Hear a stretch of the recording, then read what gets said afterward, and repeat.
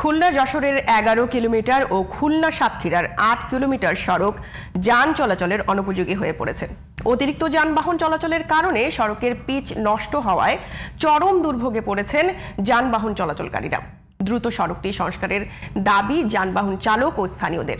খুলনা থেকে শেখ লিয়াকত হোসেনের রিপোর্ট, জানাচ্ছেন ফারিয়া হাফিজ নিঝুম। খুলনা সড়ক ও জনপথ বিভাগের 10 জেলার মধ্যে খুলনা যশোর, খুলনা সাতক্ষীরা এবং খুলনা মোংলা সড়কের সিংহভাগ সড়কে অধিক পরিমাণে ভারী যানবাহন চলাচল করে। ফলে প্রতি বছর সড়ক সংস্কারের কাজ করলেও তা বেশি দিন স্থায়ী হয় না। তাই সড়ক বিভাগ কংক্রিটের টেকসই প্রযুক্তির আরসিসি ঢালাই রাস্তা প্রযুক্তি কাজে লাগিয়ে খুলনা সাতক্ষীরার 23 কিলোমিটার রাস্তা এবং যশোরের 7 কিলোমিটার সড়কের কাজ প্রায় শেষের পথে।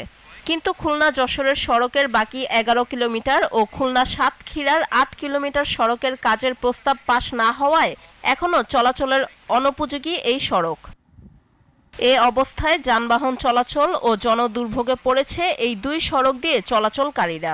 ঢালাইটা আপনার রাস্তা করার পরে 2-3 মাস 6 মাসের মধ্যে নষ্ট হয়ে যায়, গাড়ি চালাইতে গাড়ির একটু প্রেসার পড়ে যায় বেশি। কষ্ট করছি পিছের রাস্তা থাকছে, আর এই রাস্তা থাকলে গাড়িটা চালিয়ে শান্তি পাচ্ছি আমরা। আরসিসি ঢালাই দেওয়াতে অনেক মজবুত হয়েছে।